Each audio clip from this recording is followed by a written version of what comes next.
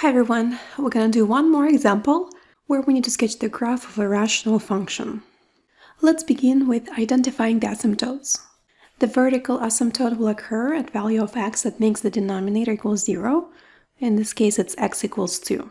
Since the degree of the numerator is greater than the degree of the denominator, the graph will not have a horizontal asymptote. And finally, the oblique asymptote, or slant.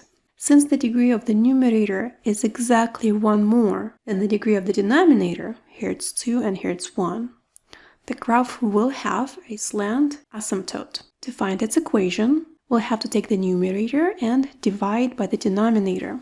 Since we're dividing by x minus 2, we can perform the synthetic division.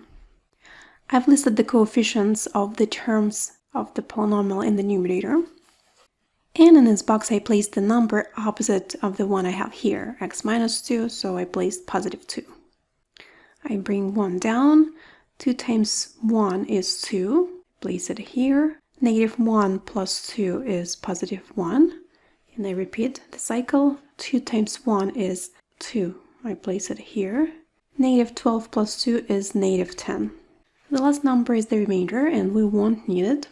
And these numbers 1 and 1 are the coefficients in the equation that defines the oblique asymptote. That equation is y equals 1x plus 1. So that's the equation of the oblique asymptote. Let's graph all the asymptotes that we found. Here's x equals 2. And to graph the oblique asymptote, first I'm going to plot its y-intercept, it's 1. And then I'm going to use slope to find more points. The slope is 1, or 1 over 1. That means that I have to go 1 unit up, 1 unit over, 1 unit 1, 1 unit over, and now I see how the oblique asymptote will be positioned. Here it is. In the next step, I'm going to find the y-intercept by letting x be equals 0. In other words, I need to find f of 0. Every term that contains x will turn into 0, and I will be left with negative 12 in the numerator and negative 2 in the denominator.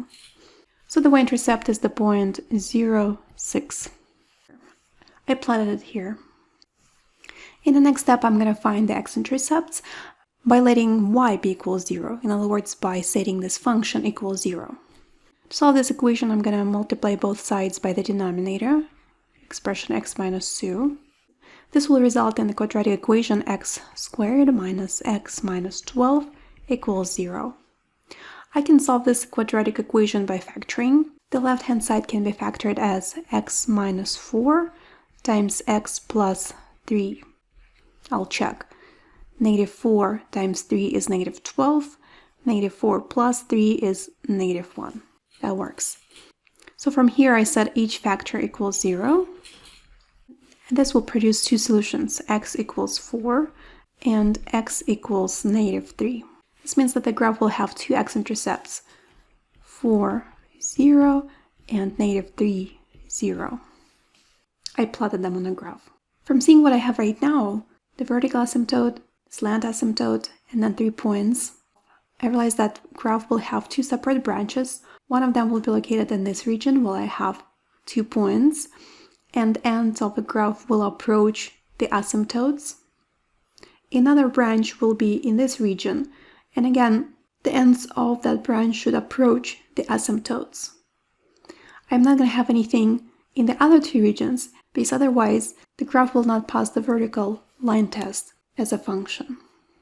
I'll find a few additional points to make my graph more accurate. These are the 4 additional points that I'm going to find and plot. Okay, so these are all points that I have. And I'm ready to perform step 5, sketching the graph. That's what I got.